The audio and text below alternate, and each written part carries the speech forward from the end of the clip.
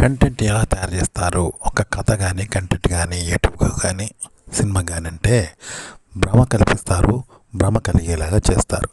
ఉదాహరణకి ఒక అమ్మాయిని అప్పగింతలప్పుడు ఏం చేస్తారు పెళ్ళిలో? ఆడకూతురు వెళ్ళిపోతుంటే అందరు ఏడుస్తారు. ఆ అమ్మాయి కూడా ఏడుస్తుంటే అందరు ఏడుస్తూ ఉంటారు కదా. అక్కడ ఉన్న వాళ్ళు అందరికీ ఏడుపు వస్తుంది ఆ దృశ్యాన్ని చూసినప్పుడు. అంటే అక్కడ వాళ్ళు అలా చేస్తుంటే వీళ్ళకి కన్నీళ్ళు వస్తాయి కదా.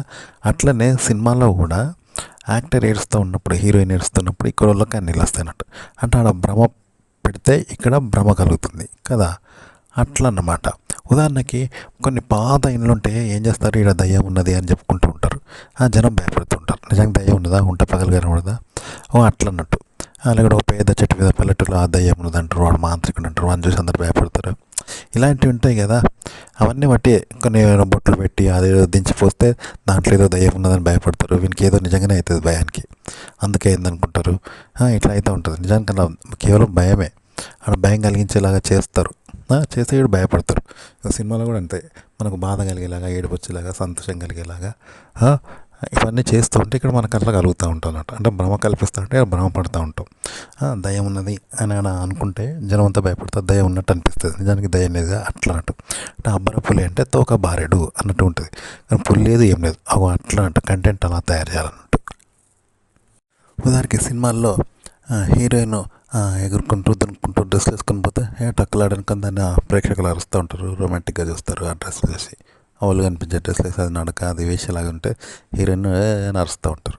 అదే ట్రెడిషనల్గా తల ఉంచుకొని పోతే అవును సిస్టర్ తల్లి పాత్రలో చూసి సైలెన్స్ అవుతారు కదా. ఇది బయట కూడా ఉంటుంది అనమాట. అలాగే అబ్బాయిలు కూడా ఆకతాయిగా అల్లరిగా కామెంట్ చేస్తూ ఉంటే లవర్ బాయ్గా చూస్తారు. వాడు తల ఉంచుకొని డిగ్నిఫైడ్గా పోతే సార్ అనుకుంటారు, అన్నయ్య అనుకుంటారు కదా. అట్లన్నట్టు భ్రమ ఎట్లా కలిగిస్తే వీళ్ళకి అట్లా భ్రమ కలుగుతుంది అన్నట్టు. ఆడియన్స్కి సినిమాలో ఒక కంటెంట్ కూడా అలా భ్రమ కల్పిస్తారు అన్నట్టు. కనిపిస్తే వీళ్ళకి అలా భ్రమపడతారు చూసేవాళ్ళు. ఈ విధంగా చెప్పాలి, మీరు భ్రమ అనేది వాళ్ళకు కలిగించాలి. మీరు చెప్పే విధానాన్ని బట్టి వీళ్ళు భ్రమపడుతూ ఉంటారంటూ. అంటే మీరు అలా భ్రమ కల్పించాలి చెప్పే విధానంతో, ఇక్కడ వాళ్ళకి అలా భ్రమ కలుగుతూ ఉంటుంది అనమాట. ఇప్పుడు భయపెట్టిస్తే ఎదుటోళ్ళకి భయం అవుతుంది. నమస్కారం అంటే సంతోషం అవుతుంది. బాగున్నారంటే చిరునవ్వు నవ్వుతే ఎట్లుంటుంది, మంచిగా అనిపిస్తుంది. అని బెదిరిస్తే ఎట్లుంటుంది, దొంగలకు ఒక తీరు ఉంటుంది, పోలీస్ బెదిరించేది ఒక తీరు ఉంటుంది, ఒక మంచి వ్యక్తి నమస్కారం అని గుళ్ళ అయ్యగారు అనేది ఒక తీరు ఉంటుంది. అంటే రాముడు అంటే దేవుడు కదా, ఆయన ఒక తీరు ఉంటుంది ఫేసు, రాక్షసుని ఫేస్ ఒక తీరు ఉంటుంది. అట్లా మాట్లాడే విధానం, మనుషుల వ్యవహారం కూడా అట్లే ఉంటుంది కదా. ఒక కథల అలాగే చెప్పాలంటే అన్ని రకాల దయ్యం, భయం, శృంగారం, ఇలా నవరసాలు అలా చెప్తే ఆడియన్స్కి అలాగే భ్రమపడతారంట. మీరు అలా భ్రమ కల్పిస్తా అంటే అలా భ్రమపడతారు. కాబట్టి మీరు చెప్పే విధానంతో వాళ్ళని అలా భ్రమ కల్పించాలి అన్నమాట. ఓకే.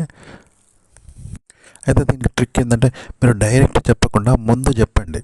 ముందు మీ అనుభవంతో, అనుభవం పొందుతూ మీరు భయపడుతూ మీ మీద ప్రయోగం చేసుకుంటూ చెప్పండి.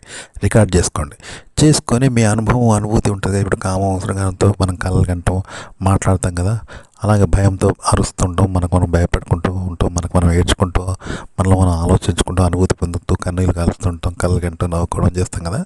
ఇలా చేయండి. ఇలా చేస్తూ కంటెంట్ చెప్పండి, రికార్డ్ చేసుకొని దాన్ని వితౌట్ ఎక్స్పీరియన్స్ అంటే అనుభవానికి అతీతంగా మళ్ళీ దాన్ని కేవలం వాయిస్తో అదే వాయిస్ను వాయిస్ ఓవర్ ఇవ్వండి. మీరే మళ్ళీ వాయిస్ ఓవర్ ఇవ్వండి తీసుకొని. నా అనుభవం ఉండదు ఈసారి. మీరు రికార్డ్ చేసుకున్న దాన్ని మళ్ళీ అనుభవం లేకుండా గొంతుతో అలాగే చెప్పండి. అప్పుడు జనాలకు ఇంట్రెస్ట్ ఉంటుంది, మీకు ఈజీగా ఉంటుంది. మామూలుగా సినిమాల్లో మనలాగానే ఫాంటసీ చేస్తారు డైరెక్టరు, రైటర్ కూడా ఏకపక్షంగా. కానీ అతను ఉన్నాడు అక్కడ, ఇంకో పాత్రను పెడతాడు. అట్లనమాట, రెండు పాత్రలు తనే ఫాంటసీ చేస్తాడు, కానీ ఒక పాత్ర అనేది తన బదులు ఇంకోని పెడతాడు అట్లన్నట్టు. ఓకే. అంటే తను ఉంటాడు, డైరెక్టర్ ఉన్నాడు, రచయిత ఉన్నాడు, తన బదులు ఇంకో పాత్రను పెడతాడు. పెట్టి చెప్పేటప్పుడు ఆ రెండు పాత్రల గురించి చెప్తూ ఉంటాడు అతను ఉండకుండా.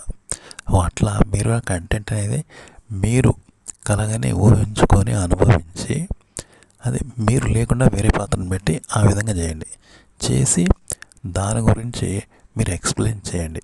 మీ అనుభూతిని మళ్ళీ తెలియజేస్తూ రికార్డ్ చేసి దాన్ని మళ్ళీ ఏ అనుభవం లేకుండా కేవలం మాటలతోటి పెట్టండి. అంటే సినిమాలో వీడియో తీసేసి ఆడియో పెడితే ఎట్లుంటుందో అలా మీ అనుభవంతో చెప్పిన మాటలు రికార్డ్ చేసి అందులో మీ అనుభవాన్ని తీసేసి ఓన్లీ వాయిస్ లాగా చెప్పండి కెమెరా ముందు. మామూలుగా మనం కెమెరా ముందు ఒక విషయాన్ని మాట్లాడుతున్నప్పుడు ఎట్లా ఉంటుంది, ఒక సెలబ్రిటీ లాగా మనం ఫీల్ అవుతూ, హీరో లాగా సెలబ్రిటీ లాగా ఫీల్ అవుతూ చెప్తూ ఉంటాం కదా. అలా చెప్పొద్దు అనమాట.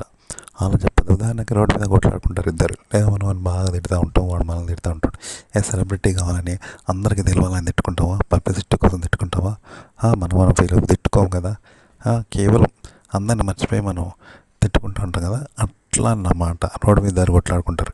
అది నా ప్రదర్శనశాలన, బల ప్రదర్శన కాదు కదా. మీరు కూడా ఒక హీరోలాగా, సెలబ్రిటీ లాగా అందరిని ఆకట్టుకునే విధంగా చెప్పకండి, జెన్యున్గా చెప్పండి. కాబట్టి ఇలా థ్రిల్లింగ్ ఉండకపోవచ్చు ఇలా చెప్తే. ఓకే, బల ప్రదర్శనలాగా సెలబ్రిటీలాగా ఊహించకపోతే మీకు ఏ థ్రిల్లింగ్ ఉండకపోవచ్చు. కానీ అలా ఊహించుకుంటే, సెలబ్రిటీలాగా ఊహించుకుంటే చెప్పలేరు అనమాట, ఇబ్బందిగా ఉంటుంది. నాన్ సెలబ్రిటీగా నార్మల్గా చెప్పండి, ఈజీగా ఉంటుంది. ఇప్పుడు డబ్బింగ్ సినిమా అంటే తమిళ సినిమాని తెలుగులో తీస్తే తెలుగు హీరోలు ఏం చేస్తారంటే తమిళ సినిమాలో హీరో ఎట్లా చేసినా అలాగే చేస్తారు, జెన్యున్గా చేయరు. ఆ హీరో ఎట్లా చేసినా ఆ హీరో లాగా చేస్తారు. అలాగే మాటలు కూడా వాళ్ళు ఎలా రాసినా వాటిని ఇక్కడ రాస్తారు తప్ప జెన్యున్గా రాయరు కదా. అట్లనే మనం ఒక కంటెంట్ అనేది మన అనుభవంతో చెప్పాలి. అలాగే షార్ట్ ఫిల్మ్స్ కొన్ని నటన కూడా మన అనుభవంతో నటించి దాన్ని ఎలా చేయాలంటే మనమే లేదా వేరే యాక్టర్ తోటి అలా అభినయించాలంట. వాళ్ళు జెన్యున్గా చేయకుండా మనది గుడ్డిగా అనుకరించాలి. అంటే తమిళ సినిమాని అనుకరిస్తారు పాత్రను, అలా అనుకరించాలి. అనుభవం కాదు, జెన్యున్గా చేయకుండా అనుభవం కాకుండా వాళ్ళని అనుకరిస్తారుగా, తమిళ్లో తెలుగులో అనుకరిస్తారుగా, అలా చేయాలంట. మాటలైనా అంతే, మనం అనుభవంతో మాట్లాడి ఆ మాటలు ఎలా మాట్లాడాలంటే ఇక్కడ అనుభవం తీసేయాలి.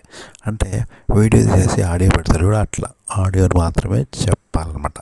ఆడియోలో అనుభవంతో ఉన్నప్పుడు ఆడియో ఎలా చెప్పావో అలా అనుభవం లేకుండా ఆడియో చెప్పాలి. అంటే వీడియో లేకుండా ఆడియో చెప్తే ఎట్లుంటుందో అట్లా చెప్పాలి. మన మాటల్ని మనమే మళ్ళీ చెప్పాలంట అనుకరించి. సినిమాలో music tick tick tick tick tension వచ్చేట్టు మ్యూజిక్ కొడుతూ ఉంటారు విష్ణు చేస్తా అంటే మనకు టెన్షన్ కలుగుతుంది కదా. అలాగే అక్కడ వీడియోలో కూడా హీరో హీరోయిన్ల సన్నివేశం కూడా అలాగే ఉంటుంది అంట. మనకు భ్రమ కలిగించేలాగా ఏడవడం, నవ్వడం, భయపడము, పారిపోవడం ఉంటుంది మ్యూజిక్ లాగానే. అట్లా చేస్తూ ఉంటే ఇక్కడ మనకు అదే భ్రమ కలుగుతూ ఉంటుంది. అలా కంటెంట్ తయారు చేయాలన్నట్టు. ఒక కంటెంట్ క్రియేట్ చేయాలంటే అభినయం అన్నమాట. అభినయం ద్వారా ఇప్పుడు బాధ అయినా, సంతోషమైన, విషాదమైన, ఆనందమైన అభినయమే. అభినయం ద్వారానే కంటెంట్ కానీ, లేకపోతే సన్నివేశాలు కానీ, విషయం కానీ, ఆర్టికల్స్ కానీ, మాటలు కానీ ఇలా క్రియేట్ చేయగలుగుతారనమాట కంటెంట్. ఇప్పుడు సినిమా కూడా అంతే, అభినయమే ఉంటుంది. కాబట్టి యూట్యూబర్ అభినయం చేయాలి, కేవలం మాటలే కాదు, ఫేస్లో కూడా అభినయం చేయాల్సి ఉంటుంది, ఒక షార్ట్ ఫిల్మ్ లాగా. అలా చేస్తూ చెప్తేనే మీరు క్రియేట్ చేయగలుగుతారు, జనానికి చెప్పగలుగుతారు, ఎంటర్టైన్మెంట్ ఉంటుందన్నమాట. అలాగే ఇప్పుడు సినిమా కథ కూడా అభినయమే. అంటే పాత్రలు, సన్నివేశాలు, కథ, మాటలు కాదు, మొత్తం సినిమా కూడా అభినయమే. అంటే ఇద్దరు వ్యక్తులు కొట్లాడుకుంటారు కదా, వాడు వీడిని కొట్టిండు, వీడు వాడిని కొట్టిండు, ఎందుకు కొట్టిండు, ఎలా కొట్టిండు, ఇవన్నీ అడుగుతుంది, అది కూడా అభినయమే.